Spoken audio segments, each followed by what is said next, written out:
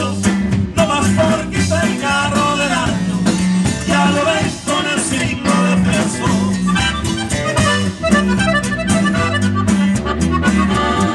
Lo persigue el gordo borracho, pero él no deja de trabajar. A Los Ángeles a cada rato y regresa con un dineral.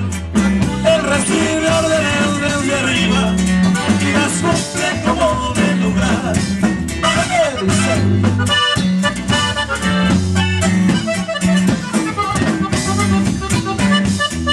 Échale mucho. Al peligro ya se acostumbró y por eso no le teme a nada.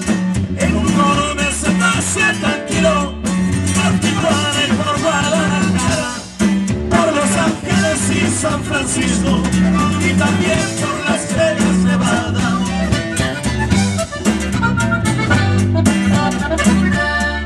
Con la mafia se gana dinero, pero se necesita valor, porque aquí no hay ningún parentesco, no se permite ningún error.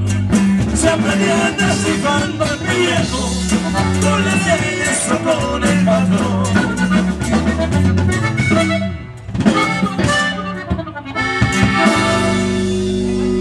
Y ahí quedó eso, ¿cómo no?